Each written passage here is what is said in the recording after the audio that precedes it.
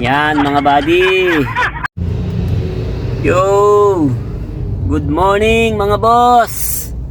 So ayan, bali nandito tayo sa loob ng sasakyan mga boss. Kasi panggabi tayo.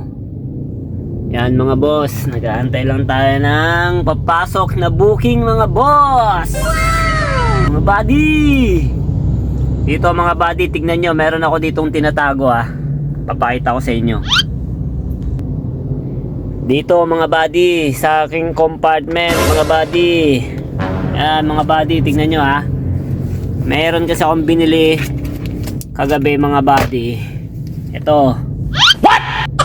Yan mga buddy.